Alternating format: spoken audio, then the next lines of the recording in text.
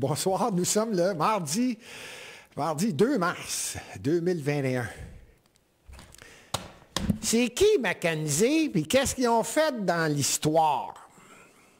Il y a des choses qui se sont passées. J'aime la finance, je suis un gestionnaire, je suis diplômé en gestion et j'aime voir différentes choses qui se passent dans le marché, que ce soit à la bourse, marché public ou marché privé. J'ai toujours trouvé ça intéressant.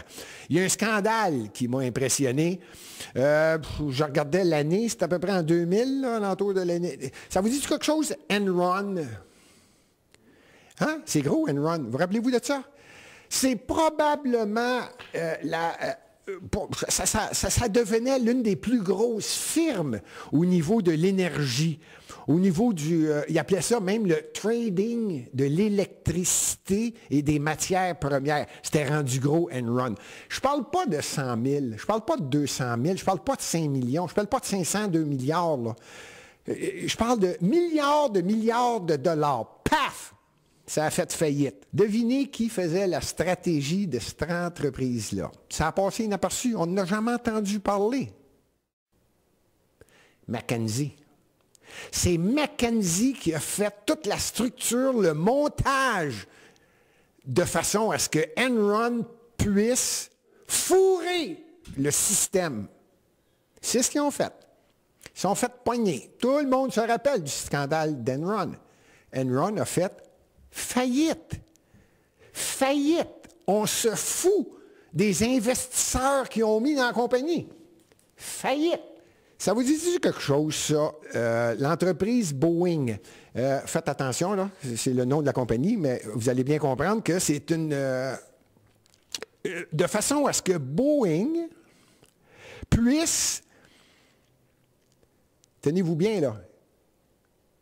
Il fallait corrompre des Indiens, des chefs indiens.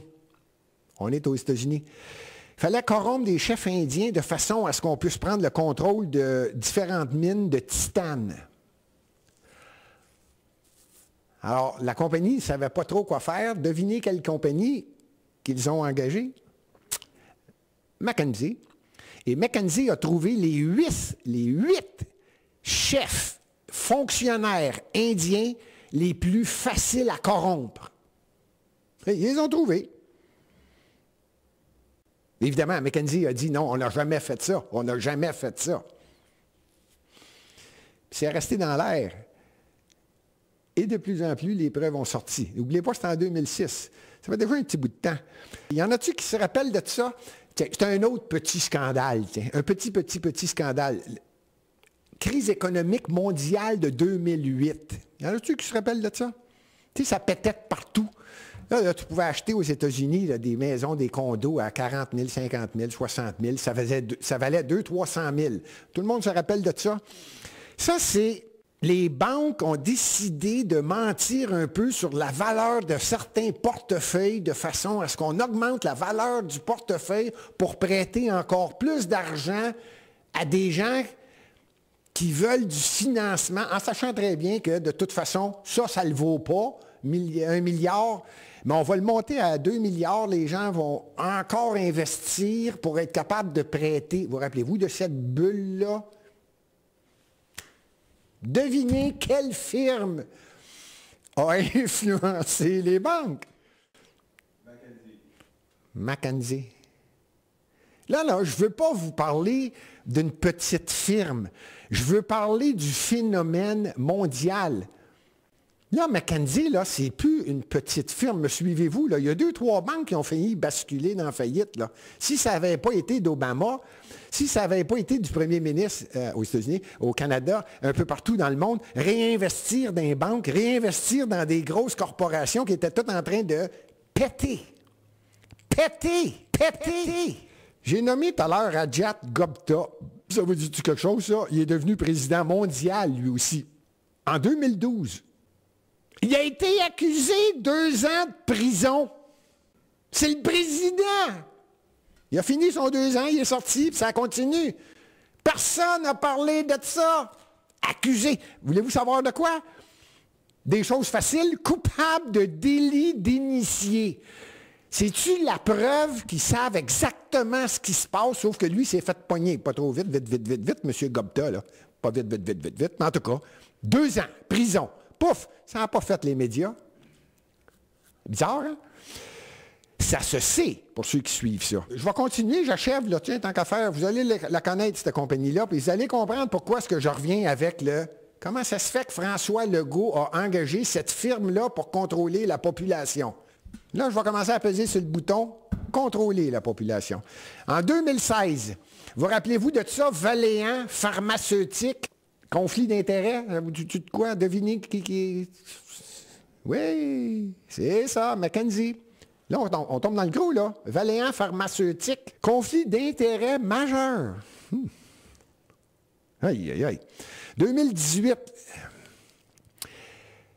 McKenzie commence à s'approcher de la Chine. Puis il travaille pour le compte de plusieurs gouvernements autoritaires en plus de la Chine.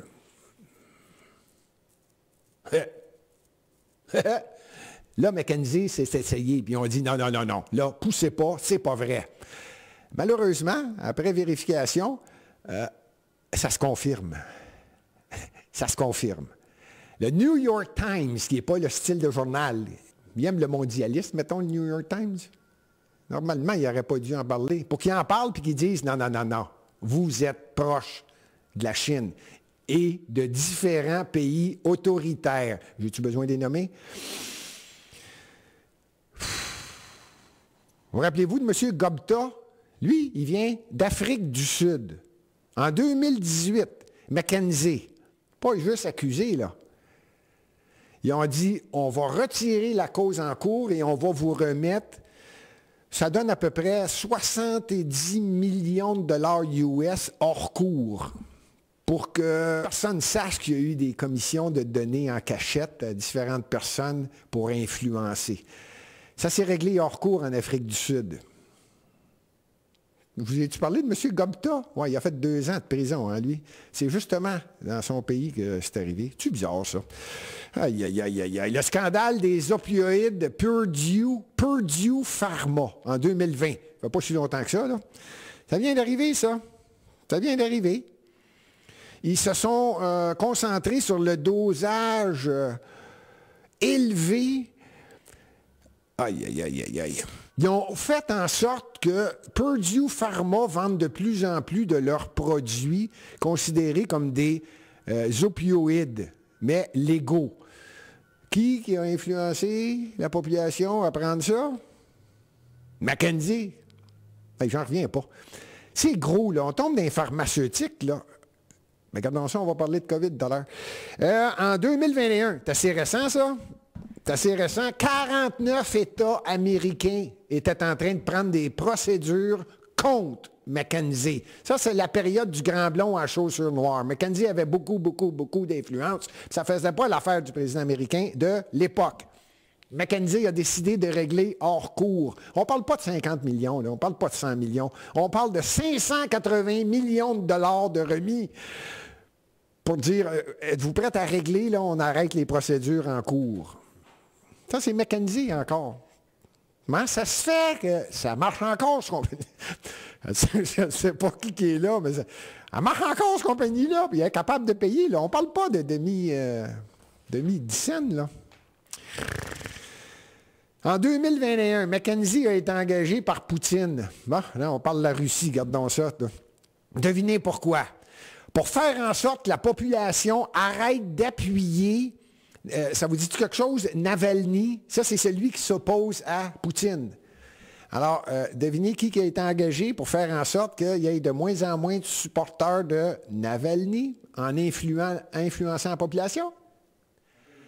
McKenzie. C'est gros, là. Là, quand tu commences à être engagé pour influencer, il y en a qui vont me dire, Gilbert, c'est bien beau, mais c'est qui mène? C'est qui le patron? C'est qui dirige pas mal la planète dans les questions que j'ai dites tout à l'heure?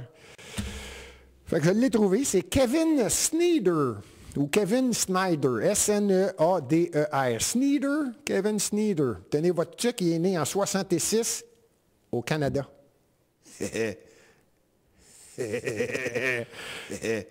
Il est proche de nous autres, hein? Né au Canada, il a été étudié en Écosse.